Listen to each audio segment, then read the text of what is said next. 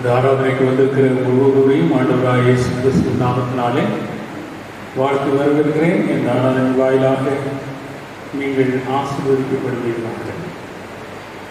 ஜெபம் பண்ண கடவோம். எங்களை அதிகமாக நேசிக்கிற அன்பு நிறைந்த ஆண்டவரே, இந்த பரிசுத்தமான கர்த்தருடைய நாளுக்காக நன்றியோடு ஸ்தோத்திரிக்கிறோம். கடந்த வாரம் முழுவதும் எங்களை தனிப்பணியை போல நீ காத்தீர், ஆபத்துக்கு விளைக்கிற ரட்சித்தீர், ஆகாரம் தந்து எங்களை கனப்படுத்தி உம்மை ஆண்டவரை நெருங்கி வர ஜபத்திலும் விசுவாசத்திலும் எங்களை ஸ்திரப்படுத்தினீர். அதற்காக நமக்கு ஸ்தோத்திரம். நன்றி உணர்வோடு உங்களுடைய அருள் சமூகத்திலே நாங்கள் உங்களுடைய இருதயத்தை உயர்த்தி முழு உள்ளத்தோடு முழு மனதோடு உங்களை ஆராதிக்க அருள் செய்வீராக. ஒருவேளை ஆலயத்திலே நாங்கள் அனைவரும் உண்மை ஆராதிக்க இயலவில்லை என்றால் இணையதளத்தின் வாயிலாக ஆங்காங்கே எங்கள் இல்லங்களிலே இருந்து உன்னதமான தெய்வத்தை ஒரே சிந்தையோடு ஆராதிக்கும் பாக்கியத்தை எங்களுக்கு தந்தீர். அதற்காக நன்றி. ஈராமை இந்த ஆராதனை வாயிலாக எங்களை பலப்படுத்தும், கற்றுத்தாரும், உமக்கு உண்மையும் நேர்மை புத்தகமாய் இருந்து மகிமைப்படுத்த கிருபை செய்யும். துவக்க முதல் அனைவரைக்கும் நீரை பொறுப்பேற்று கனப்படுத்தும். இயேசுவின் மூலம் ஜெபங்களும் நல்ல பிதாவே, ஆமென். நம்முடைய ஆராதனைக்கு ஆரம்பமாக நாம் பாமாலை 156 கீதங்களும் கீர்த்தனைகளும் 406 விண்ணோர்கள் போற்றும் ஆண்டவா உம் மேன்மை அற்புதம் என்கிற பாடலை நாம் பாடுவோம்.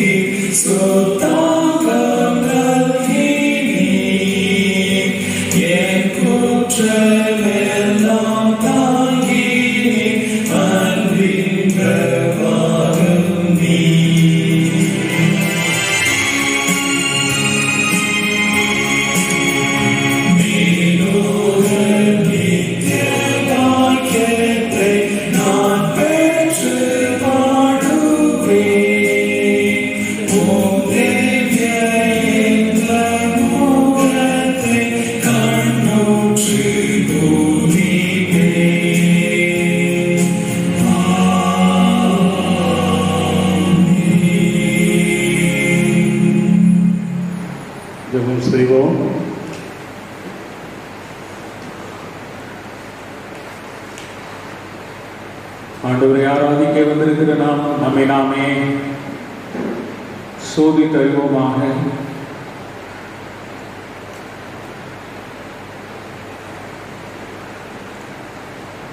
நம்முடைய பாவங்கள், கடவுளுக்கு விரோதமாக நம்முடைய மீறுதல்கள், நம்முடைய அக்கிரமங்கள் ஆண்டவருக்கு ஒன்பதாம் உள்ளத்தை திறந்து நம்முடைய உள்ளம் தூய்மையடைய ஆண்டவர் துக்கப்படுத்திய காரியங்களை எல்லாம் நினைவு கூர்ந்தவரிடத்தை அறிக்கை செய்ய நம்மை ஆயத்தப்படுத்துவோம்.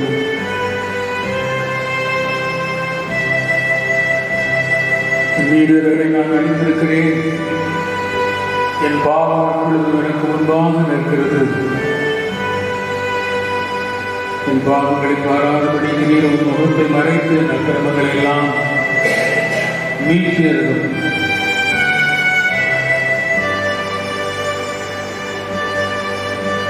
இளையகுமாரன் தன்னுடைய மனதில் உணர்த்தப்பட்டவனாக உள்ளத்தில் ஒரு தீர்மானம் எடுத்தான். நான் எழுந்து தகப்பனிடத்திற்கு போவேன். தகப்பனிடத்திலே, தகப்பனே, பரத்துக்கு விரோதமாக நான் குற்றம் செய்வேன். உங்களுடைய பிள்ளை என்று சொல்ல எனக்கு தகுதி இல்லை. கூலிக்கார் ஒரு நாள் வைத்துக் கொள்ள மாட்டீரோ என்று கேட்பேன் என்ற உள்ளத்தில் தீர்மானித்தான். தகப்பன் அவனை மன்னித்து முன்பு இருந்த நிலையிலும் வெறுமேன்மையாக உயர்த்தி கனப்படுத்தினார். நமது தெய்வம் விளக்கம் உள்ளது, மன உருக்கம் உள்ளது, நீடிய சாந்தம் உள்ளது. ஆண்டவருக்கு ஒன்பதாம் உள்ளத்தில் திறந்து இயலாமை நாம் அறிக்கை செய்யும் போது அவர் நம்மை கழுவி சுத்திகரித்து அவருக்கு உகந்த பாத்திரமாக நம்மை மாற்றுவார். ஆகவே அமைதியாக நம்மை நாமே ஆண்டவருக்கு ஒன்பதாக சோதித்து அறிந்து நம்மை அவருக்கு அறிக்கை செய்ய ஆயத்தப்படுத்துவோம்.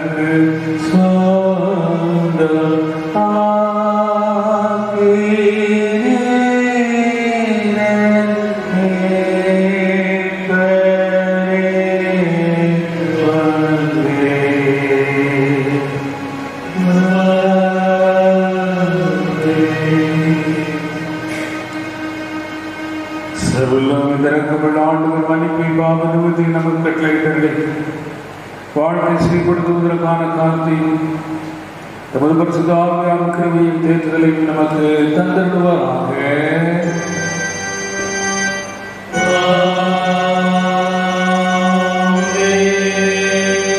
பரமண்டலங்களில் இருக்கிற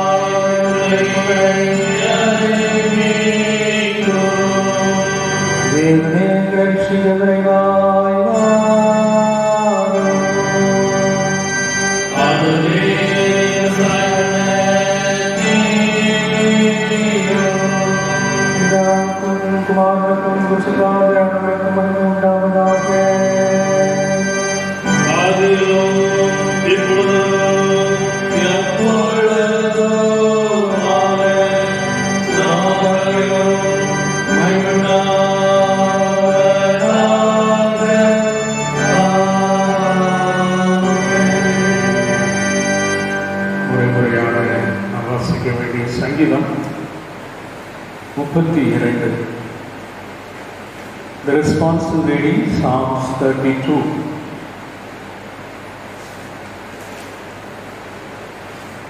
இரண்டாவது சங்கீதத்தை நாம் முறையாக வாசிக்கலாம்.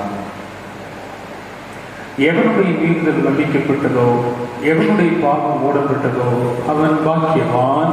எவனுடைய அக்கிரமத்தை கர்த்தர் விலக்குகிறாரோ, எவனுடைய ஆவியில் கள்ளமாயிருக்கிறதோ அவன் பாக்கியவான். நான் அடக்கி வைத்த மட்டும் நித்தம் என் கர்த்தரினாலே என் எலும்புகள் உலர்ந்து போயிற்று. இரவும் பகலும் என் மேல் உடைய கை பாரமாயிருந்ததினால் என் சார்ந்த உஷ்ணகால வறட்சியை போல வந்து போயிற்று. நான் என் அக்கிரமத்தை மறைக்காமல் என் பாவத்தை உமக்கு அறிவித்தேன். என் மீறுதல்களை கர்த்தருக்கு அறிக்கையிடுவேன் என்றேன். தேவரீர் என் பாவத்தின் தோஷத்தை மன்னித்தீர். இதற்காக சகாயமளிக்க காலத்தில் பக்தர்களும் உங்களை நோக்கி இறக்கம் செய்வார். அப்பொழுது வீர ஜனமாக வந்தாலும் அதனை அணுகாது. நீர் எனக்கு மறைவிடமாயிருக்கிறீர்.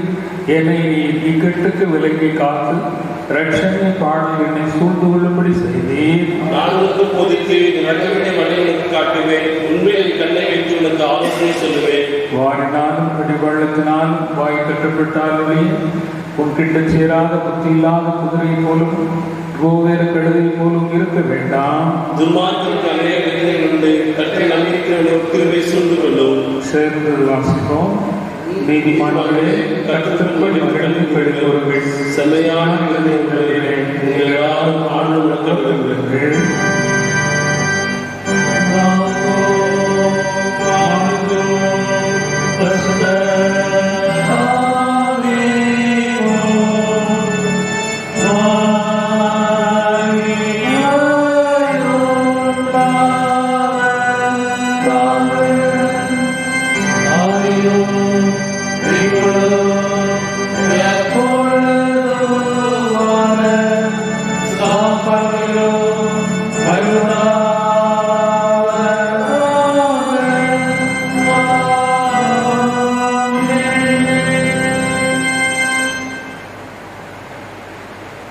அமர்வோம். பொதுவான திருமுறை பகுதி வாசிக்க கேட்போம்.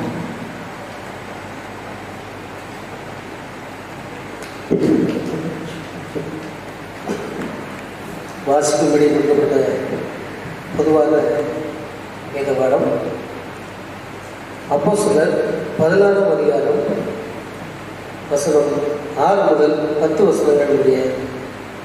அப்போஸ்தலர் 16ஆம் அதிகாரம் வசனம் 6 முதல் 10. அவர்கள் பிரிகியா கலாத்தியா நாடுகளை கடந்து போகும்போது ஆசியாவிலே வசனத்தை சொல்லாதபடிக்கு பசுத்த ஆவியினாலே தடை பண்ணப்பட்டு மீசியா தேசம் மட்டும் வந்து பித்தினியா நாட்டுக்கு போக பிரயத்தனம் பண்ணினார்கள். ஆவியானவரோ அவர்களை போக விட்டாதிருந்தார்கள். அப்பொழுது அவர்கள் மீசியா பக்கமாய் போய் துரோவாவுக்கு வந்தார்கள். அங்கே ராத்திரியிலே பவுலுக்கு ஒரு தரிசனம் உண்டாயிற்று. அது என்னவெனில், மக்கதோனியா தேசத்தான் ஒருவர் வந்து நின்று, நீர் மக்கதோனியாவுக்கு வந்து எங்களுக்கு உதவி செய்ய வேண்டும் என்று தன்னை வேண்டிக் கொண்டதாக இருந்தது. அந்த தரிசனத்தை அவர் கண்டபோது அவர்களுக்கு சுவிசேஷத்தை அறிவிக்கும்படி கர்த்தர் எங்களை அழைத்தறிந்து நாங்கள் நிச்சயித்துக் கொண்டு உடனே மக்கதோனியாவுக்கு புறப்பட்டு போக பிரயத்தனம் பண்ணி வாசிக்கும்படி கொடுக்கப்பட்ட பொதுவாக வந்தாச்சு.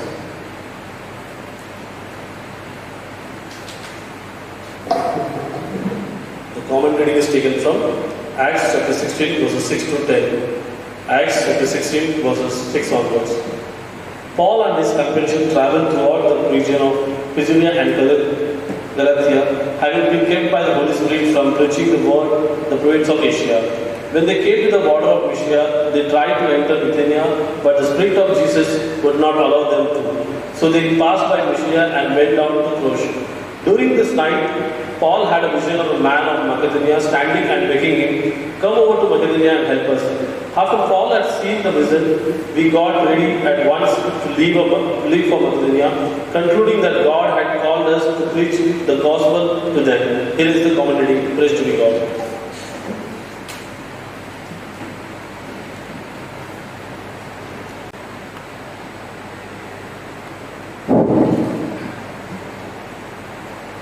நாம் எழுந்து நின்று அப்போஸ்தலர் விசுவாசமானதை சேர்ந்து எடுப்போம்.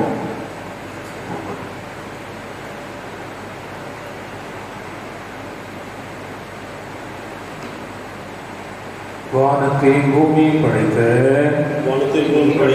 சர்வபிதாவாகிய தேவனை விசுவாசிக்கிறேன். அவருடைய குமாரனாகிய கிறிஸ்து விசுவாசிக்கிறேன். அவர் விசுவாசத்தினாலே கண்டபடியாருக்கு உயர்த்தப்பட்டார். வாழ்வில் சிலர் அடைந்து மறித்து அடுத்த மண்டபத்தில் பாதாளத்தில் இறங்கினார். மூன்றாம் நாள் எழுந்திறங்கினார். ஏறி சர்வபிதாவாகிய தேவனை வசிக்கிறார். அவரிடத்தில் உள்ளோடு மறியோர் நியாயத்திற்கு வருவார். பரிசுத்த ஆவியானவரை விசுவாசிக்கிறேன். பாவமன்னிப்பும் சர்வ உயிர்த்தெழுதலும் நித்திய ஜீவனும் விசுவாசிக்கிறேன். ஆமென்.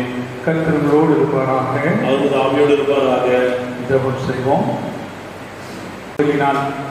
நற்காரியங்களை சிந்திக்கவும் உமது இரக்கமான நடத்தையினால் அவைகளை நிறைவேற்றவும் எங்களுக்கு மூலமாய் வேண்டிக் கொள்கிறோம்.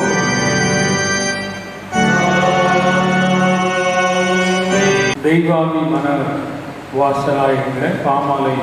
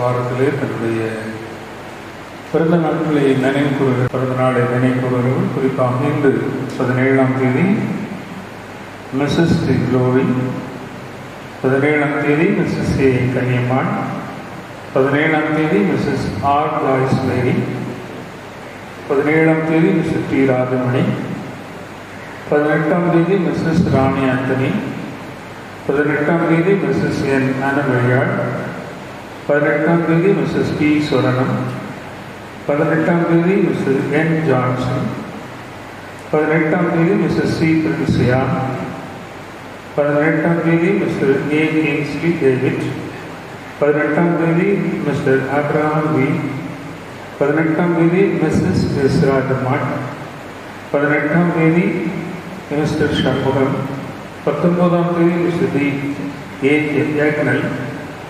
19ஆம் தேதி மிஸ்டர் ஜே ஜாக்கின். 19ஆம் தேதி மிஸ்டர் ஜான் துரைராஜ் சாமுவல். 19ஆம் தேதி மாஸ்டர் ஆன்வின் எம். 20ஆம் தேதி மிஸ்ஸஸ் சி பிரேமலதா ஜெயராணி. 20ஆம் தேதி மிஸ்ஸஸ் கே பவுலின் கஸ்தூரிபாய். 20ஆம் தேதி மிஸ்டர் யூ அன்ஸ்லி ராணிக். 20ஆம் தேதி மாஸ்டர் ஆர் மஹிபன். 20ஆம் தேதி மிஸ்டர் ஞானராஜ். 21ஆம் தேதி மிஸ்டர் டி வீரசிங். 21ஆம் தேதி மிஸ்டர் சி எலிசன். 27ஆம் தேதி மிஸ்டர் ஸ்ரீ இ இதழ். 27ஆம் தேதி மிஸ் ஐ பிளஸ்ஸி ராணி. 22ஆம் தேதி மிஸ்டர் ஜி செல்வின். 22ஆம் தேதி மிஸ்டர் என் குமார். 22ஆம் தேதி மாஸ்டர் கே ஜான்சி. 23ஆம் தேதி மாஸ்டர் அகஸ்டின். 23ஆம் தேதி மிஸ்டர் பி தங்கராஜ். 23ஆம் தேதி மிஸ்டர் சி பால்ராஜ். 23ஆம் தேதி மிஸ்ஸஸ் எஸ் அன்னாள். 23ஆம் தேதி மிஸ்டர் தர்மராஜ். 23ஆம் தேதி மிஸ்ஸஸ் சுசிலா ஆகியோர் தங்களுடைய பிறந்த நாட்களை நினைவு கூறுகிறார்கள். தங்களுடைய திருமண நாளை இந்த வாரத்தில் நினைவு கூறுகிறார்கள். இன்று 17ஆம் தேதி மிஸ்ஸஸ் செல்வராஜ், மிஸ்ஸஸ் விஜயா செல்வராஜ். 17ஆம் தேதி மிஸ்டர் செல்லதுரைச்சி, மிஸ்ஸஸ் புஷ்பலதாசி. 18ஆம் தேதி Mr K Samuel, Mrs K Sundoni Ammal. 18ஆம் தேதி Mr Joseph, Mrs Jessie Joseph. 18ஆம் தேதி Mr Durai Singh, Mrs D Meena Rani. 19ஆம் தேதி Mr P Charles, Mrs C Selvarani. 20ஆம் தேதி Mr A Dharmaraj Jayabaskar, Mrs D Jency. 20ஆம் தேதி Mr P S Babu Manuel, Mrs D Joycelin Selvi. 20ஆம் தேதி Mr A Ravindran, Mrs R Parvathai. 21ஆம் தேதி Mr R Karunakaran Benjamin, Mrs A Kanagajothi. 22ஆம் தேதி Mr E S Kumar, Mrs S Indira. 23ஆம் தேதி Mr W Manuel, Mrs I Elizabeth. 23ஆம் தேதி Mr S Jegan, Mrs S Indira. 23ஆம் தேதி Mr C Wilson Samuel, Mrs W Mary. 23ஆம் தேதி Mr Jacob Selvaraj, Mrs Jayath Selvan Selvaraj. 23ஆம் தேதி Mr Arun Paul, Mrs Jency ஆளுநர்கள் தங்களுடைய திருமண நாட்களை நினைவு கூறுகிறார்கள். இவர்களுக்காக தங்களை மூடி நாம் ஜெபம் செய்வோம். பரிசுத்தமுள்ள நல்ல ஆண்டவரே, இந்த வாரத்திலே தன்னுடைய பிறந்த நாட்களையும் திருமண நாட்களையும் நினைவு கூறுகிறேன். இந்த அன்பு உள்ளங்களுக்காக நன்றியோடு ஸ்தோத்திரிக்கிறோம். இந்த அருமையான நேச பிள்ளைகளை கடந்த ஆண்டுகள் முழுவதும் கண்ணீர் மணியை பூர்ண காத்து இந்த வருகிற புதிய ஆண்டுகளிலே தேவரே புது கிருபையினாலும் நன்மையினாலும் இதை மூடி சூட்டுகிறார்கள். கிறிஸ்துவை வளர்ந்து வரும் பாக்கியத்தை கொடுக்கிறார்கள். வேதத்தை வாசித்து அதை நேசித்து தவறாது ஒவ்வொரு நாளும் காலை மாலை ஜெபித்து தங்களுடைய தனிப்பட்ட வாழ்க்கையை ஆண்டவரோடு நெருக்கமான உறவு வைத்து நல்ல அனுபவங்களை பெற்றிடவும் இவர்கள் வாயிலாக அனைவருமை அறிந்து விடவும் உமக்கு ஆசீர்வாதமாக இருக்கும் கிருபை செய்கிறார். சுகபலன் ஜீவனை கொடுத்து கையின் பிரயாசங்களில் மேன்மை நன்மைகளை கட்டளையிட்டு குறிப்பாக இந்த ஆலயத்திலே அருமையான பிள்ளைகள் அங்கமாக இருக்கிறபடினாலே உடைய பிரகாரங்களிலிருந்து வருகிற சம்பூர்ணத்தினாலே உங்களை ஒவ்வொரு நாளும் திருப்தியாக வழிநடத்த வேண்டும் என்று இயேசு கிறிஸ்துவின் மூலமாக ஜெபிக்கிறோம் நல்ல பிதாவே. ஆமென்.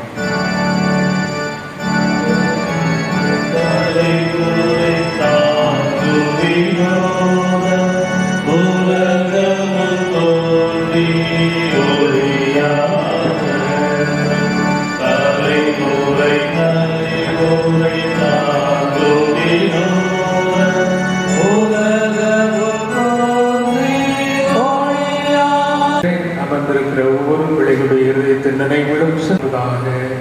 ஆமென். The promise, பரிசுத்த ஆவியானவரின் வாக்குறுதி.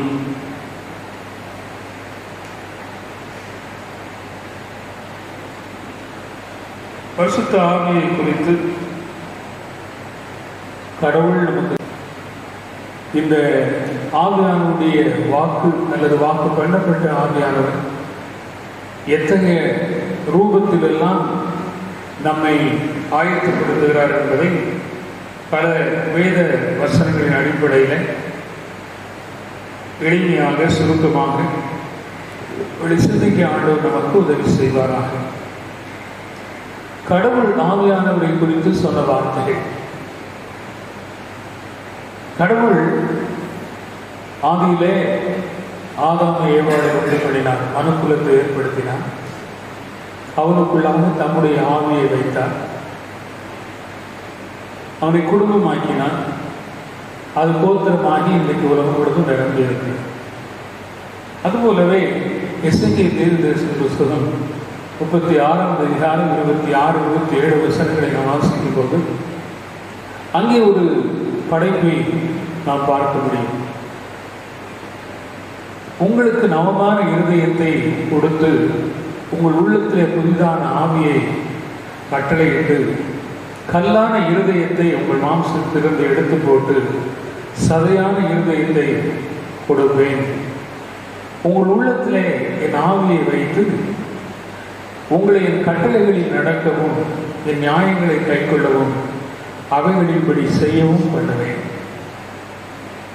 God is creating a new heart and He is filling with a new spirit. கடவுள் ஒரு புதிய இருதயத்தை, நவமான இருதயத்தை உருவாக்குகிறார். அதிலே ஒரு புதிய ஆவியை வைக்கிறார். அந்த புதிய ஆவியை வைத்து அந்த மனுஷனுக்கு ஜீவனை கொடுத்து, அந்த ஆவி மனுஷனுக்கு ஜீவனை கொடுத்து அவருடைய கட்டளைகளின்படி நடக்கும்படி செய்கிறார். எப்படி அவர் நீதி நியாயங்களை செய்ய வேண்டும் என்று அவர் கற்றுக் கொடுக்கிறார் என்று அந்த வசனத்திலே சொல்லப்பட்டிருக்கிறார். அப்படியானால் ஒரு ஆவிக்குரிய மனுக்குலம் உருவாக்கப்பட்டதாக அதை நாம் யூகம் பண்ணி சித்தரித்து அதை நமக்கு சொந்தமாக்கிக் கொள்ளலாம். அதைத் தொடர்ந்து யோவேல் தீர்க்கதரிசியின் மூலமாக இந்த ஆவியானவர் வாக்கு பண்ணப்பட்டார். யோவேல் 2ஆம் அதிகாரம் 28ஆம் வசனத்திலிருந்து அடுத்த 2 வசனங்களை நீங்கள் வாசிக்கும் போது, பின்பு நான் மாம்சமான யாவர் மேலும் ஆவியை ஊற்றுவேன், அப்பொழுது உங்கள் குமாரரும் உங்கள் குமாரத்திகளும் தீர்க்க தரிசனங்களையும் காண்பார்கள், ஊழியக்காரர் மேலும் அந்நாட்களில் ஆவியை ஊற்றுவேன். கிறிஸ்துக்குள் அருமையானவர்களே, இந்த ஆவிக்குரிய மனுக்குலத்தின் மீது தேவன் முழுமையான தன்னுடைய ஆவியானுடைய ஆளுகையை கொண்டு வருகிறார். அவர்களுக்குள்ளாக தனித்திறமைகளை இங்கே வைக்கிறதை பார்க்கிறோம். அவர்கள் தீர்க்க தரிசனங்களை காண்பார்கள். அதற்காக எதிர்காலத்தில் உள்ளவைகளை அறிந்து அவர்கள் வழிநடப்பார்கள் என்பதை இந்த வசனம் சுட்டி காண்பிக்கிறது. அப்படியானால் there is a new generation created by God. ஒரு புது சந்ததியை, ஜனத்திரளை ஆண்டவர் உண்டாக்குகிறார். அது ஆவிக்குரிய மனிதர்கள், ஆவியானவரால் உண்டாக்கப்பட்டவர்கள் நடத்தப்படுகிறது என்பதை நாம் புரிந்து கொள்ளலாம். இதை பவுல் எப்படி சொல்லுகிறார் என்றால், ரோமர் கடந்தமும் 6ஆம் அதிகாரம் 3-4 வசனங்களை வாசிக்கும் போது, கிறிஸ்துவுக்குள்ளாக ஞானஸ்நானம் பெற்ற நாம் அனைவரும் அவருடைய மரணத்துக்குள்ளாக ஞானஸ்தானம் பெற்றதை அறியாமல் இருக்கிறீர்களா? மேலும் பிதாவின் மகிமையினாலே கிறிஸ்து மரித்தோரிலிருந்து எழுப்பப்பட்டது போல நாமும் புதிதான ஜீவனுள்ளவர்களாய் நடந்து கொள்ளும்படி அவருடைய மரணத்திற்குள் ஆக்கும் ஞானஸ்நானத்தினாலே கிறிஸ்துவுடனே அடக்கம் பண்ணப்பட்டோம். கிறிஸ்து மரித்தார், அடக்கம் பண்ணப்பட்டார், உயிரோடு எழுப்பினார்.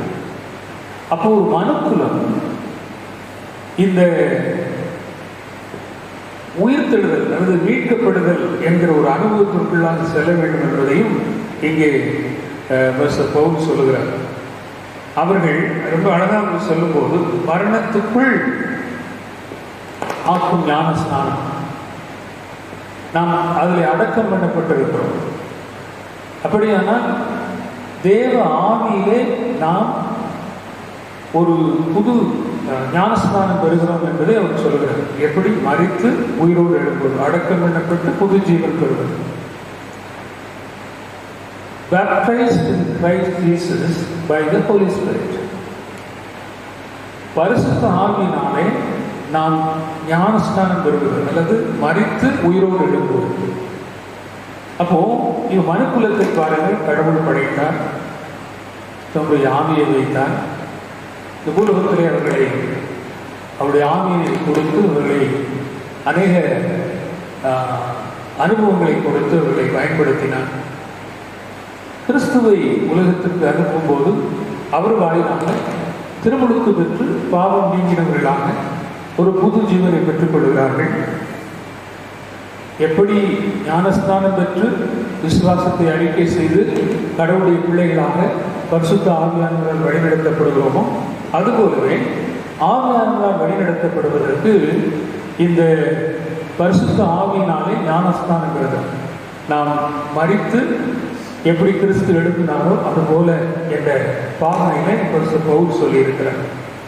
இப்படி நாம் பரிசுத்த ஆவியினாலே ஞானஸ்தானம் பெறும்போது 3 விதமான மாற்றங்கள் நம்முடைய வாழ்க்கையிலே ஏற்படுகிறது.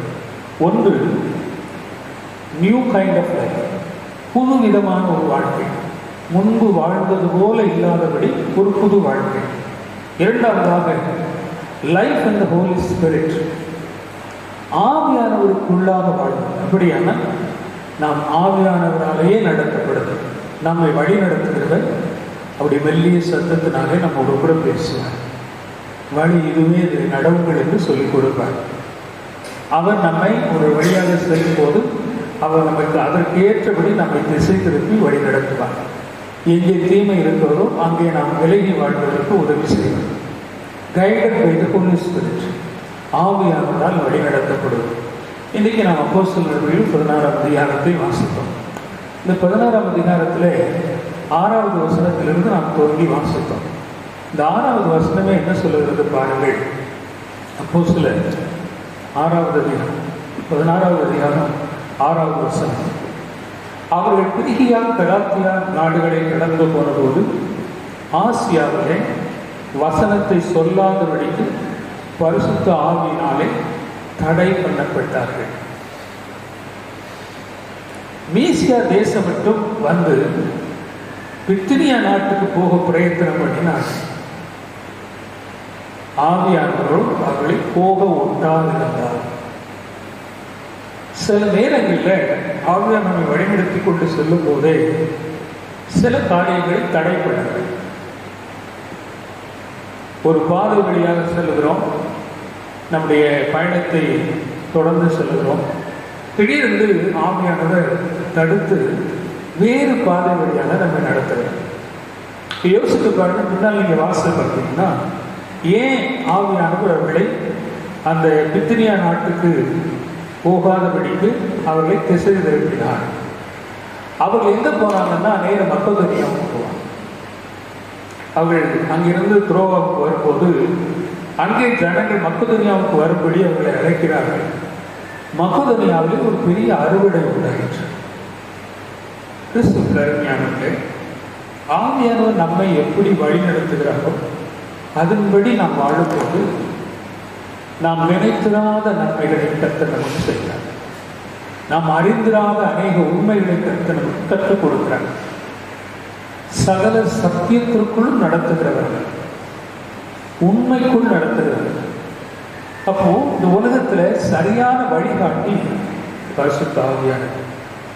நம்ம எவ்வளவு ஞானம் உள்ளவர்களாக இருக்கலாம், எவ்வளவோ அனுபவம் இருந்தவர்களாக இருக்கலாம். ஆனால் பல நேரங்களில் நம்முடைய அனுபவங்கள் நமக்கு ஆபத்தை கொண்டு வந்து விடுகிறது. அது எப்படி என்றாலும் ஒரு மாமிச அல்லது மனுஷீக சிந்தைகள் தானே.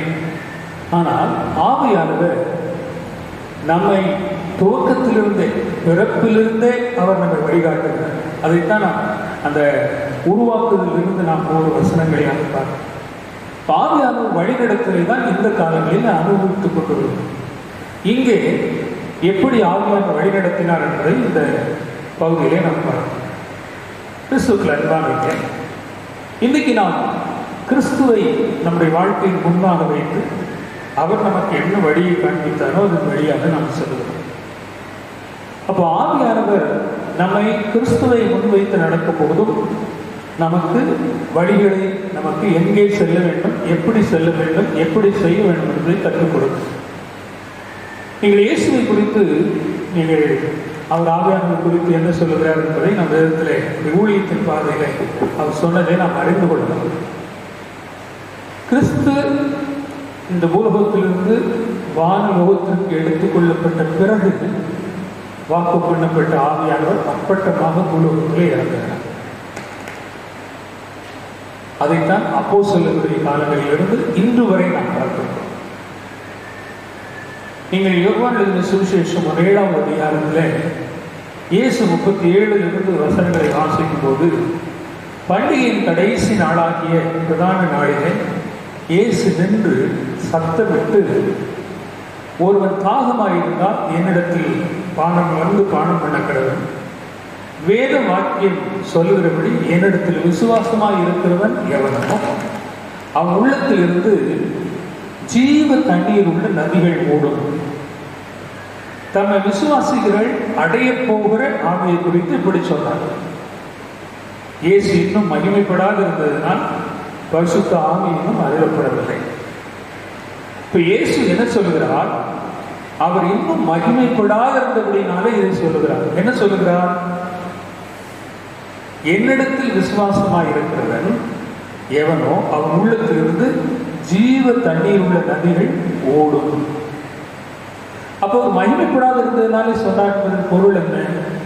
அவர் இன்னும் மகிமைக்குள் பிரவேசிக்கவில்லை. மரித்து உயிரோடு எழுந்து அவர் மகிமைக்குள் பிரவேசித்த பிறகுதான் பரிசுத்த ஆவியானவர் பூலோகத்திற்கு இறங்குகிறார். அதைத்தான் அப்போஸ்தலர் 2ஆம் அதிகாரத்தில் பார்க்கிறோம். அதன் பிறகுதான் அவருடைய முழுமையான ஈடுபாடு இந்த உலகத்திலே ஒவ்வொரு பிள்ளைகள் நடுவிலையும் இருக்கிறது. இன்றும் நம் நடுவிலே அது விளங்கி கொண்டிருக்கிறது. இப்போ இயேசுவை எவ்வளவு அழகாக சொல்லுகிறார் பாருங்கள்.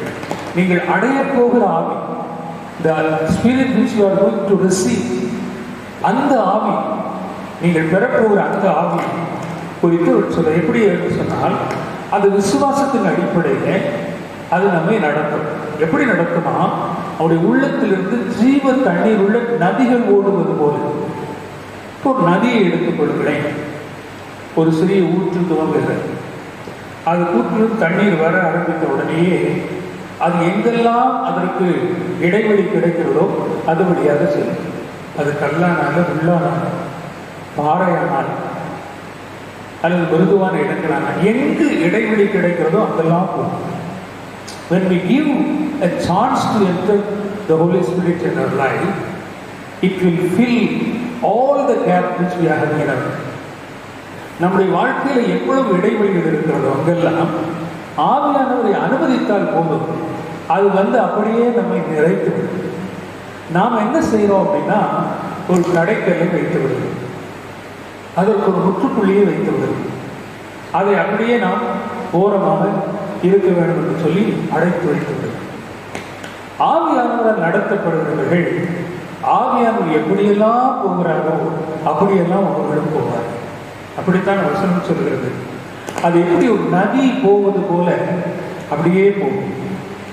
அப்போ it is a continuous process. அது தொடர்ந்து ஓடிக்கொண்டே இருக்கும். அது சந்தித்தில் இருக்காது. காரணம், அது ஜீவ தண்ணீர், லிவிங் வாட்டர். அது ஜீவ தண்ணீராக இருக்கிறபடினாலே அது ஸ்தம்பிக்காது. It will flow like a river. ஒரு நதியை போல அது ஓடிக்கொண்டே இருக்கும். எங்க ஓடும்? அப்படியே ஓடி நம்முடைய அண்டை வீட்டுக்கு போகும், அதை தாண்டி அடுத்த வீட்டுக்கு போகும், அதை தாண்டி அந்த கிராமத்துக்கு போகும். இப்படி அது போய்கொண்டே. அப்படியானால் தேவ ஆவியினால் வழிநடத்தப்படுகிறவர்கள் தன்னுடைய அண்டை வீட்டார், தான் வாழ்கிற கிராமம், நம்முடைய கிராமத்திலிருந்து நகரம், இப்படி எல்லா இடங்களிலேயும் அவர்கள் கடவுளுக்கு சாட்சியாக இருப்பார்கள். ஆகவேதான் அப்போஸ்தலர் 2ஆம் அதிகாரத்தை வாசித்து பார்க்கும் போதும் லூக்கா எழுதின சுவிசேஷம் 24வது அதிகாரத்திலேயும் ஆண்டவராய் இயேசு சொல்லும்போது, அவர்கள் எனக்கு சாட்சிகளாக இருப்பார்கள். எங்கும் சாட்சிகளாக இருப்பார்கள். எப்படி சாட்சிகளாக இருப்பார்கள்? அவர்கள் இந்த ஜீவ தண்ணீர் உள்ள நதியை போல ஓடும்போது அவர்கள் செல்லுகிற இடங்கள் எல்லாம் சாட்சிகளாக இருப்பார். கிறிஸ்துவுக்குள் அருமையானவர்களே, இன்னைக்கு நீங்களும் நானும் இந்த ஜீவ தண்ணீர் உள்ள நதியை போல ஓட வேண்டும். இது தேவ ஆவியின் மூலமாக நமக்கு அருளப்படுகிறது. இப்போ பரிசுத்த ஆவி ஒரு நதியை போல அது புரண்டு ஓடுகிறது. கிறிஸ்துவுக்குள் அன்பானவர்களே, நதி ஓடுகிறது. நான் சொன்னேன், நதி முள்ளுக்குள்ளேயும் ஓடும், கல்லுக்குள்ளேயும் ஓடும், இடுக்குள்ளேயும் போகும். அப்படியான அது யாருமே தடுத்து நிறுத்த முடியாது. We cannot stop the flow of the Holy Spirit. Wherever we want to go, that will take us. நாம் எங்கெல்லாம் போகணுமோ அது நம்மை வழி நடத்திச்சு. யாரும் அதை நிறுத்த முடியாது. அப்போ கல்லுகளுக்குள்ளாக போகும்போது நமக்கு வலிக்கும், முள்ளுகளுக்குள்ளாக போகும்போது அது நம்மை குத்தும். அப்போ ஆவியானவரால் வழி நடத்தப்படும் போது இந்த உலகத்தினால் நமக்கு நெருக்கங்கள் உண்டு. காயப்படுவோம், பிறரால் அவமதிக்கப்படுவோம், பிறருடைய அதிகாரத்தை நம் மீது அவர்கள் செலுத்தி நம்மை துக்கப்படுத்துகிற அனுபவத்திற்கு வழியாக வருவோம். இப்படி தேவ ஆவியினால் வழிநடத்தப்படுகிறவர்கள் அவமானத்தை நிந்தையும் சுமக்கிறவர்களாக இருப்பார்கள். அப்போ அதுதான் வாழ்க்கையா? அதுதான் நமக்கு ஆசீர்வாதமான வாழ்க்கையா? கிறிஸ்துவுக்குள் அருமையானவர்களே, இயேசு நமக்கு முன்பாக அதை வாழ்ந்து காண்பித்தார். அவர் என்ன சொன்னார்? உலகத்திலே உங்களுக்கு உபத்திரவங்கள் உண்டு, திடன் கொள்ளுங்கள், நான் ஜெயித்தேன். ஜெயம் எடுக்க முடியாத ஒன்றை கர்த்தர் நமக்கு கற்றுத்தரவர். அவர் அதிலே ஜெயத்தை எடுத்தார். ஆகினாலே நீங்களும் நானும் ஜெயம் பெற்றவர்களாக வாழ வேண்டும் என்பதற்காகத்தான் பரிசுத்த ஆவியானவர் நம்மை அவர் விரும்புகிறபடியே நம்மை வழிநடத்தி செல்கிறார். ஆகினாலே ஆண்டவரான இயேசு யோவான் 14வது அதிகாரத்தில் அதை ஒரு முன்னறிவிப்பாக நமக்கு சொல்லுகிறார். இந்த வசனத்தை நான் அடிக்கடி உங்களோடு பகிர்ந்து கொள்வது உண்டு. யோவானுடைய சுவிசேஷம் 14வது அதிகாரம் 16வது வசனம். நான் பிதாவை வேண்டிக் கொள்வேன், அப்பொழுது எந்தெந்தைக்கும் உங்களுடனே கூட இருக்கும்படிக்கு சத்திய ஆவியாகிய வேறொரு தேற்றரவாளனை அவர் உங்களுக்கு தந்தருவார். இப்போ இயேசு கூட இருக்கிற வரைக்கும் அவரை அண்டி வாழ்ந்தார்கள், எல்லாம் செய்தார். அவர் இன்னும் மகிமைப்படவில்லை. அவர் மகிமைக்குள்ளே பிரவேசித்த பிறகு வேறொரு தேற்றரவாளர். இப்போ இயேசு இந்த பரிசுத்த ஆவியானவருக்கு என்ன பெயர் வைக்கிறார் என்று சொன்னால் பாராக்லேட்டஸ். பாராக்லேட்டஸ் என்று சொன்னால் அவர் ஆற்றுகிறவர், தேற்றுகிறவர். அது கிரேக்கப்படும். கிறிஸ்துவுக்குள் அருமையானவர்களே, ஒரு தேற்றரவாளன். தேற்றரவாளன் ஏன் தேற்றரவாளன் தேவை? ஒரு பிள்ளை ஏதோ ஒரு விதத்தில் அழுகிறது என்று சொன்னால் அந்த அழுகையிலிருந்து அந்த பிள்ளையை அமரச் செய்ய வேண்டும் என்று சொன்னால் அதை தட்டி கொடுத்து தேற்ற வேண்டியது. அந்த பிள்ளை தானாக அழுகிறது. ஒரு உங்களுடைய சிநேகிதர் ஒருவர் தங்களுடைய குடும்பத்திலே ஒரு தகப்பனையே தாயை இழந்து இருக்கிறார். குமுறி குமுறி அழுகிறார். நீங்கள் போய் அவருடைய தோளிலே கை போட்ட உடனேயே அவர் அமைதி அடைகிறார். காரணம், இந்த தேறுதலின் பணி, ஆற்று பணி என்பது மிகுந்த வல்லமை உள்ளது. ஆகவேதான் இயேசு வேறொரு தேற்றரவாளனை உங்களுக்கு தந்தருடுவார். அவர் உங்களை ஆற்றுவார், தேற்றுவார். எப்போ நீங்கள் உங்கள் ஆவியானவரால் வழிநடத்தப்பட்டு செல்லும் பாதையிலே கற்களுவரும் உட்கொள்ளுவரும், உங்களை அவமதிக்கிறவர்களும் இருப்பார்கள், புறந்தழுவர்களும் இருப்பார்கள், உங்களுக்கு குழி தோன்றவர்களும் இருப்பார்கள், உங்கள் பள்ளத்திலே தள்ளிவிடலாம் என்றும் நினைப்பார்கள், உங்களை வெறுப்பார்கள், முகத்திலே சிரிப்பார்கள், புறத்திலே வெறுப்பார்கள். இதன் வழியாக கடந்து செல்லதான் கர்த்தர் நம்மை நியமித்திருக்கிறார். அதுதான் ஆவியார் நமக்கு நியமித்த பாதை. ஆகையினாலே கிறிஸ்துவுக்குள் அருமையானவர்களே, சத்திய ஆவியானவராகி இன்னொரு தேற்றரவாளனை அவர் உங்களுக்கும் எனக்கும் தந்திருக்கிறார். அவர் நமக்கு உதவி செய்வார். இந்த தேற்றரவாளன் எப்படி, அதனுடைய கிரேக்க பதத்தின் பொருள் நான் ஏற்கனவே உங்களுக்கு சொல்லியிருக்கிறேன், நினைப்படுத்த விரும்புகிறேன். அவர் எப்படி நம்மோடு கூட இருப்பார்னா, he will be accompanied with us side by side. நாம் எங்கெல்லாம் போகிறோமோ நம்ம கூடவே இருப்பார். நம்மோடு யாருமே அப்படி வர முடியாது. அப்போ கடவுளுடைய அந்த உன்னதமான அந்த திட்டத்தை பாருங்கள்.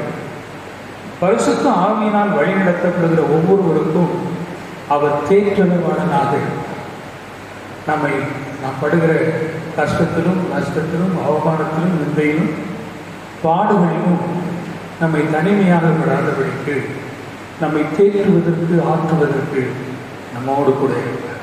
ஆகினாலே எனக்கு அருமையான கர்த்தருடைய பிள்ளைகளே, நாம் பரிசுத்த ஆவியினாலே ஞானஸ்நானம் பெற்றவர்களாக முழுமையாக பரிசுத்த ஆவியானவருக்கு ஒப்பு கொடுக்கப்பட்டவர்களாக அந்த அனுபவத்தில் இருக்கிற நாம் பரிசுத்த ஆவியானவர் வாயிலாக ஒரு நதி போல ஒரு ஓடுகிற ஒரு வாழ்க்கை. இந்த பரிசுத்த ஆவியினால் நடத்தப்படுகிற இந்த வாழ்க்கையில நமக்கு வருகிற எல்லா நெருக்கங்களிலேயும் நம்மை ஆற்ற தேற்ற தட்டி கொடுத்து காத்துக்கொள்ள ஒரு தேற்றவர்கள். இப்போ யோசித்து பாருங்கள், கடவுள் நம்மை இந்த பூலோகத்தில் உருவாக்கி இந்த பூலோகம் ஒரு நன்மையான ஆசீர்வாதமான பூலோகமாக இருக்கிற காலங்களில் வலு சர்ப்பத்தினாலே வஞ்சிக்கப்பட்ட நம்முடைய ஆதி தந்தையர் அவர்கள் வாயிலாக வந்த இந்த பாவத்தின் நிமித்தமாக பூலோகத்திலே நாம் கடவுளுக்கு உண்மையாக வாழ்ந்து பரலோகத்தை சுதந்திரித்துக் கொள்வதற்காகத்தான் இயேசுவை அனுப்பினார். இயேசு மரித்து உயிரோடு எழுப்பி அவர் சொன்ன வாக்குப்படியே அவர் வானவத்திற்கு சென்றார், பூலோகத்திற்கு பரிசுத்த ஆவியானவரை தந்தார். அவரே நமக்கு தேற்றவாளர், அவரே நமக்கு தேற்றவாளர். அவர் நம்மோடு கூட இருந்து கடைசி வரைக்கும் அவருடைய ராஜ்யத்தின் பிள்ளைகளாக அவருடைய சமூகத்திற்கு வழிநடத்தி செல்வார். ஆகினால் என்னை கேட்டுக்கொண்டிருக்கிற அருமையான கர்த்தருடைய பிள்ளைகளே, உங்களுக்கு ஒரு தேற்றவாளனை அனுப்புவேன் என்று வாக்கு கொடுத்த ஆண்டவராய் இயேசு அவ்வீரமாகவே அப்போஸ்தலர் நடவடிக்கைகளில் 2ஆம் அதிகாரத்தில் அந்த ஆவியானவர் அருளப்பட்டார். இந்த ஆவியானவரால் எல்லாரும் வழிநடத்தப்படுகிறார்கள். நீங்களும் நானும் இன்று வழிநடத்தப்படுகிறார்கள்.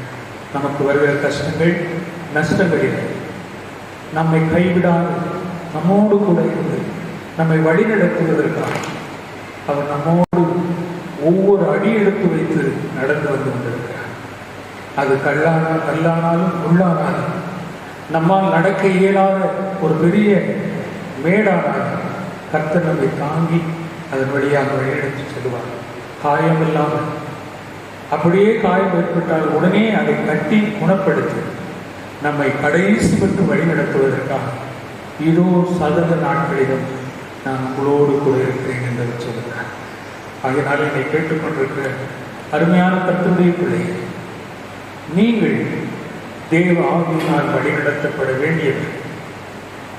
தேவ ஆவியானவரால் நீங்கள் நிரப்பப்பட்டு அவர் உங்களை எப்படியெல்லாம் நடத்துகிறாரோ அதற்கு நீங்கள் ஒப்பு கொடுக்கப்பட வேண்டியவர்கள்.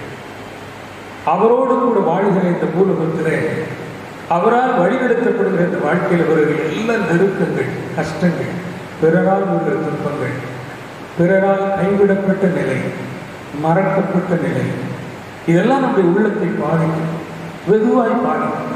அப்பொழுது நம்மை தேற்றி ஆற்றி மிக நேர்த்தியாக நாம் பின்னடைவு அடைந்து விடாதபடி முன்னேறி செல்வதற்கு அவர் நம்மை செழிவாக நடத்தி சகல சத்தியத்திற்குள்ளும் நம்மை நடத்தி நித்தியத்திலே கொண்டு சேர்ப்பதற்காக பரிசுத்த ஆவியானவர் அருளப்பட்டிருக்கிறார். அதே வாக்குறுதியாக நமக்கு தந்திருக்கிறார். கண்ணை மூடி ஜெபிப்போமா? அன்பு நிறைந்த ஆண்டவரே, நன்றியோடு கிறிஸ்துவோம் வாக்கு பண்ணப்பட்ட ஆவியானவர் முற்றுமுடிய ரட்சிக்கிறவர் என்று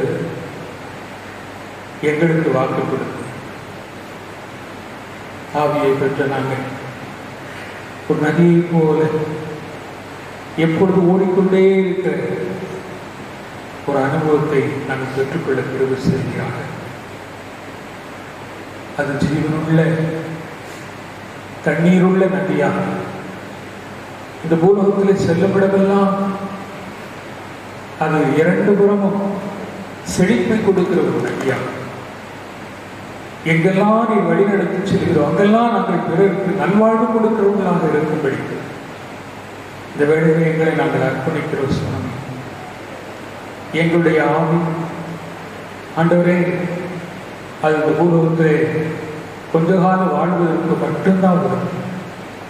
ஆனால் நீர் தந்த இந்த ஆவி பூலோகத்து மட்டுமல்ல, பரலோகம் வரைக்கும் எங்களை வாழ வைக்கும். இந்த ஆவி மற்றவர்களையும் எங்கள் மூலமாக வாழ வைக்கும் என்பதை நாங்கள் அறிக்கை செய்வோம். அந்த பாக்கியத்தையும் ஸ்லாக்கியத்தையும் எங்களுக்கு நீ தருவீராக. அதே நாங்கள் எங்களுடைய வாழ்க்கையில ஆண்டவரே அனுபவமாய் எங்கள் மூலமாய் நீர் மகிமைப்படவும், நாங்கள் அநேகருக்கு இந்த ஆசீர்வாதமாய் இருப்பதற்கு எங்கள் கிருபை தர வேண்டும் என்று உடைய பொற்பாதத்தில் ஒப்புக்கொடுத்து ஜெபிக்கிறோம். இந்த ஆராதனை கலந்து கொண்டிருக்கிற ஒவ்வொரு பிள்ளைகளுக்காக நாங்கள் ஜெபிக்கிறோம். ஆண்டவரே தகப்பனே, நீ அவர்களோடு கூட இருப்பதற்கு அவர்கள் என்ன தடைகள் இருந்தாலும் இப்பொழுதே அகற்றிப்போம். தேவ ஆவியானவர்களுக்குள்ளே இருந்து உங்களுடைய திருவுள்ள சித்தத்தின்படி ஆண்டவர் நதி போலவுடைய வாழ்க்கை ஓடிக்கொண்டே இருக்க கிருபை செய்கிறார். அவர்களுக்கு மட்டுமல்ல, அநேகருக்கு அவர்கள் ஆசீர்வாதமாக இருக்கும்படி கிருபை செய்கிறார். குறிப்பாக இந்த காலங்களிலே ஆண்டவரே வெகுவாய் மனநிலை பாதிக்கப்பட்டவர்களாம். வேலை இல்லை, வருமானம் இல்லை, பிள்ளையுடைய கல்வி என்ன, தனிமை, இப்படி பல விதத்திலே சரீரத்திலும் ஆத்மாவிலும் பலீனமாக இருக்கிற பிள்ளைகளுக்காக நாம் ஜெபிக்கிற மாட்டோம். ஒவ்வொரு வேகம் என் கரிசனை உள்ளது. ஒருவரையும் கைவிடாத நேசன் நீ தயவாய் இறங்கி ஒவ்வொரு பிள்ளைகளும் தேவரே மன ஆறுதலையும் மனோ தைரியத்தையும் விசுவாசத்திலே வலுவாக நின்று உம்மால் பலப்படுத்தப்படும் அனுபவத்தை பெற்றுக்கொள்ள நீ கிருபை செய்கிறார். அதிக நேரம் உடைய பாதத்திலே காத்திருந்து ஜெபிக்க, உம்மை புகழ்ந்து புகழ்ந்து ஸ்தோத்தரிக்க இந்த காலங்களில் உங்களுக்கு உதவி செய்கிறார். ஒன்றோ இரண்டோ பேர் ஒன்று சேரும் போது மற்றவருடைய கதையை குறித்து பேசாதபடி ஆண்டவரே உமக்கு முன்பாக உம்மை உயர்த்தி மகிமைப்படுத்தி அவர்கள் ஸ்தோத்தரிக்க கிருபை செய்கிறார். அதனுடைய வாழ்க்கையில ஆண்டவரே பெரிய ஆசீர்வாதத்தை கொண்டு வரும் என்பதை அறிந்து கொள்ள திரும்பி தர வேண்டும் என்று நாங்கள் ஜெபிக்கிறோம் சுவாமி. வேதத்தை அதிகமாக வாசிக்கும், அதிகமாக என்னுடைய சமூகத்திலே நேரங்களை செலவு செய்யும். கர்த்தர் கொடுத்த இந்த காலங்கள் அதை தக்க வைத்துக் கொள்ள உதவி செய்கிறார். இந்த தொற்று நிமித்தமாக பாதிக்கப்பட்டவர்கள், மருத்துவமனையில் மன உளைச்சலோடு இருக்கிறவர்கள், குவாரண்டைனில் ஆண்டவரே மன அழுத்தத்தோடு இருக்கிறவர்கள், பயம் தீயிலும் பிடித்தவர்கள், எங்கேயாவது ஓடி போகலாமா என்று சொல்லி தூண்டப்படுகிறவர்கள் எல்லாரும் உடைய கருத்தில் ஒப்புக் கொடுக்கிறோம் சுவாமி. விரைவாக இந்த தொற்றிலிருந்து எங்கள் தேசங்களை விடுவிக்கிறாங்க. எங்கள் ஜனங்களுடைய உள்ளங்களில் இருக்கிற பயங்களை நீர் அகற்றுவீராக. நீர் ஒரு பெரிய விடுதலையை கற்றறிவீராக. அதுபோல தகப்பனே, இந்த வேளையிலும் தகப்பனே முன்னாடி நின்று பணியாற்றுகிற அருமையான மருத்துவர்களுக்காக நாங்கள் ஜெபிக்கிறோம். அருமையான ஆண்டவரை செவிலியர்களுக்காக நாங்கள் ஜெபிக்கிறோம். ஆண்டவரே அந்த கர்த்தாவை பணியாளர்களுக்காக நாங்கள் ஜெபிக்கிறோம். கடைநிலை பணியாளர்களுக்காக நாங்கள் ஜெபிக்கிறோம். அவர்கள் ஆண்டவரே எவ்வளவோ சேஃப்டி ப்ரிகாஷன் எடுத்துக்கொள்ளுகிறார்கள். அதை மிஞ்சி கூட அவர்கள் பாதிக்கப்படுகிறார்கள் சுவாமி. தகப்பனே, இந்த பாதிப்புகளை அவர்களுக்கு ஆபத்துக்கள் வராதபடி நீ காத்துக் கொள்கிறார். அரசாங்கம் எத்தனையோ முயற்சிகளை எடுக்கிறார். ஆனால் சுகமாக்குகள் விடுதலை தருவது நீங்க தானே ஆண்டவரே. தகப்பனே, உம்மால் முடியும் என்பதை எங்கள் தேசத்தின் குடிகள் அறிந்து கொள்ள உதவி செய்கிறார். உம்மால் இந்த பெரிய விடுதலையை தர முடியும், இந்த கொள்ளை நோயிலிருந்து ஒரு பெரிய விடுதலை தர முடியும் என்பதை அறிந்து கொள்ள உதவி செய்கிறார். அவருடைய நாமத்தின் மேல் விசுவாசம் வைக்க, அதனால் விடுதலையை சொந்தமாக்க நீ கிருபை செய்கிறார். ஜெபிக்கிறோம். ஊருக்கு அநேகர் போகிறார்கள். அங்கே போன பிறகு அவர்களுக்கு பாசிட்டிவ் என்று வந்தது நிமித்தமாக அவர்கள் அங்கே ஆண்டவரை மருத்துவமனையில் சேர்க்கப்படுகிறார்கள். இப்படி எங்கள் ஜனங்கள் பயந்து தீரடைந்து எங்கேயாவது போய்விட வேண்டும், எங்கள் இல்லங்களுக்கு சொந்த ஊருக்கு போய்விட வேண்டும் என்று பிரயாசப்படுகிறார்கள். கர்த்தாவே, நாங்கள் செபிக்கிறோம் ஐயா. ஆண்டவராய் இயேசு கிறிஸ்து எனும் விலையேறப்பெற்ற நாமத்தினால் விடுதலை உண்டு. அவர் விடுவிக்கிற தெய்வம். ஆண்டவரே, ஒரு மீட்பர் என்பவருக்கு பெயர். எல்லாருடைய நாமத்தின் மீது விசுவாசம் வைப்பதற்கு உள்ளங்களிலே ஒரு உந்துதலை உண்டு பண்ணுவீராக. நாங்கள் பாரத்தோடு செபிக்கிறோம். மும்பையில் தாராள் பகுதியிலே வெகு தீவிரமாய் பரவி கொண்டிருக்கிறது. சென்னை பட்டணத்திலே வெகு தீவிரமாய் பரவி கொண்டிருக்கிறது. ஆண்டவரே, திருநெல்வேலி மாவட்டத்திலே 100க்கு அதிகமாக பரவி கொண்டிருக்கிறது. இங்கிருந்து போகிறவர்கள் எல்லாம் அங்கே பாதிக்கப்படுகிறார்கள் என்ற செய்திகள் எங்களுக்கு வருகிறது. நாங்கள் செபிக்கிறோம். உலக நாடுகளே ஒருவரும் எங்கள் தேசத்திலேயும் அதனுடைய வீரியம் அதிகமாகிக் கொண்டிருக்கிறது. தமிழ்நாட்டிலே சில மாவட்டங்களிலே அந்த அறிகுறியே இல்லை. அதற்காக நமக்கு ஸ்தோத்திரம். ஆண்டவரே, இந்தியாவின் பல இடங்களிலே அந்த அறிகுறியே இல்லை. அதற்காக நமக்கு ஸ்தோத்திரம். தகப்பனே, என்னுடைய வீரியங்களை கட்டுப்படுத்தி ஒரு பெரிய விடுதலையை தருவீராக. விரைவிலே தேவ சமூகத்திலே வந்து நாங்கள் ஒரு சேனையாய் இன்று ஆராதிப்பதற்கு தேவனை விரைவாக அந்த வாய்ப்பை தருவீராக. ஆண்டவரே, ஜெபிக்கிறோம். நாளை முதல் என்ன புதிய கட்டுப்பாடு இங்கே வரப்போகிறது எங்களுக்கு தெரியாது. அரசாங்கம் எதையெல்லாமோ செய்து பார்க்கிறது. அரசியல் தலைவர்களுக்கும் அரசாங்க அதிகாரிகளுக்கும் பொறுப்பாளர்களுக்கும் நல்ல ஞானத்தை கொடுக்கிறாங்க. உடைய சமூகத்திலே நாங்கள் ஜெபிக்கிறோம். சுவாமி, எங்களால் இயந்தது இந்த ஜனங்களுக்காகவும் இந்த தேசத்திற்காகவும் செய்துவிட எங்களுக்கு கிருபை தாங்க. உடைய பாதத்தில் ஒப்புக் கொடுக்கிறோம். எங்களோடு ஆங்காங்கே அமர்ந்து இந்த ஆராதனையை பங்கேற்கிற ஒவ்வொரு பிள்ளைகளையும் அபரிதமாய் ஆசீர்வதிக்கிறாங்க. படிக்கிற பிள்ளைகளுடைய மனநிலைகள் பாதிக்கப்படாதபடி காப்பீராங்க. பணி இல்லை, தற்காலத்தை அவன் இப்பொழுதுதான் சேர்ந்தேன், இப்படி பணி இல்லையே என்று சொல்லி ஏமாற்றமாக இருக்கிற பிள்ளைகளை சந்திக்கிறாங்க. ஒவ்வொருடைய இருதயத்திலும் ஆண்டவரே, உடைய சமாதானத்தின் ஆவியினால் நிரப்ப வேண்டும் என்று நாங்கள் செபிக்கிறோம். பரிசுத்த ஆவியினால் உருவாக்கப்பட்டோம், புதிய ஆவியினால் நிரப்பப்பட்டோம். ஆண்டவரே கர்த்தாவே, இந்த ஆவியினாலே நாங்கள் திருமுழுக்கு பெற்றோம். இப்பொழுது ஆவியினாலே நடத்தப்படுகிறோம். ஆகையினாலே கிறிஸ்துவை எங்கள் வாழ்வின் மையமாக வைத்து கிறிஸ்துவால் அருளப்பட்ட இந்த தூய ஆவியரை எங்கள் வாழ்க்கையிலே வழிகாட்டியாக, ஒளி கொடுக்கிறவராக, ஆலோசனை கொடுக்கிறவராக எங்கள் வாழ்விலை அங்கமாக்கி என் ஆண்டவருக்கு மகிமையாக ஜீவிக்க சபையாக எங்களுக்கு அருள்தந்து எங்களை ஆசீர்வதிக்க வேண்டும் என்று இயேசு கிறிஸ்துவின் மூலமாக ஜெபிக்கிறோம் நல்ல பிதாவே. ஆமென்.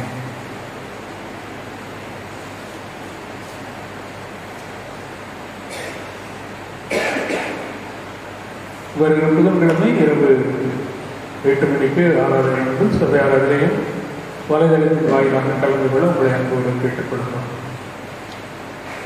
ஆவியை மழை போலை ஊற்றும் என்ற இந்த பாடலின் 2 ஸ்தலங்களை பாடுவோம். ஆங்காங்கே இருக்கிறவர்கள் உங்களுடைய காணிக்கைகளை சேமித்து வைத்து ஆலயத்திற்கு வந்து ஆராதிக்கும் போது நீங்கள் அதை தேவ சமூகத்திலே கொண்டு வந்து படைக்க அன்போடு கேட்டுக்கொள்கிறோம். கீதங்களும் கீர்த்தனைகளும் 109, கீர்த்தனை 116, ஆவியை மழை போலே ஊற்றும்.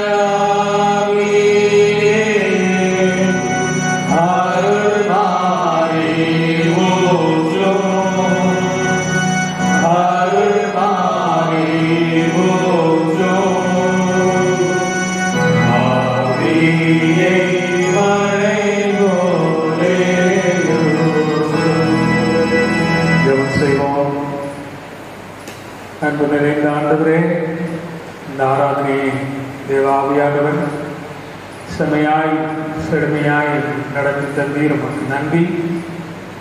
இந்த படைத்திருக்கிற காணிக்கைகளை கர்த்தர் அங்கீகரிப்பீராக. எங்களையும் நீர் அங்கீகரித்து ஆசீர்வதிப்பீராக. தேவரீ, வருகிற நாள் வரைக்கும் மறுபடியும் இந்த இடத்திலே நாங்கள் உண்மை ஆராதிக்கும் வரைக்கும் நாங்கள் ஆவியிலே பலம் பெற்றவர்களாக வழிநடத்தப்படுகிறவர்களாக பொல்லாதனுடைய கண்ணிகளுக்கு நாங்கள் தப்பியவர்களாக தேவனுடைய சித்தத்தை நிறைவேற்றுகிற பிள்ளைகளாக எங்கள் ஒவ்வொருவரையும் உண்மை நேர்மை புத்தகமாய் வாழ்கிற அருள் எங்களை ஆசீர்வதிக்க வேண்டும் என்று செபிக்கிறோம். ஒரு விசை கூட பலகீனமாக இருக்கிறவர்கள், சுகவீனமாக இருக்கிறவர்கள், சொந்த ஊரிலே சுகவீனமாக இருக்கிறவர்கள் நிமித்தமாக போக முடியாமல் தவிக்கிறவர்கள், இப்படி ஆண்டவரே பலரை இழந்து அங்கே செல்ல முடியாமல் தவிக்கிறவர்கள் எல்லாரும் இப்படி கரத்தில் ஒப்புக் கொடுக்கிறோம். சகல ஆறுதலும் தேவனாக்கி அப்படி உள்ளங்களை ஆற்றி பேசி தெய்வீகத்தில் உள்ள சித்தத்தின்படி தேவனுடைய மகிமைக்காக சாட்சியாக நிலைநிறுத்தி வாழ வைத்து கனப்படுத்த வேண்டும் என்று ஆண்டவர் ரட்சகருமாகி இயேசு கிறிஸ்துவின் மூலமாக ஜெபிக்கிறோம் நல்ல பிதாவே. ஆண்டவராகிய இயேசு கிறிஸ்துவினுடைய கிருபை, பிதாவாகிய தேவனுடைய பரிசுத்தாவினுடைய அந்யோன்ய ஐக்கியம் நம் அனைவரோடு கூட இன்னும் என்றும் சதா காலங்களிலும் இருப்பதாக.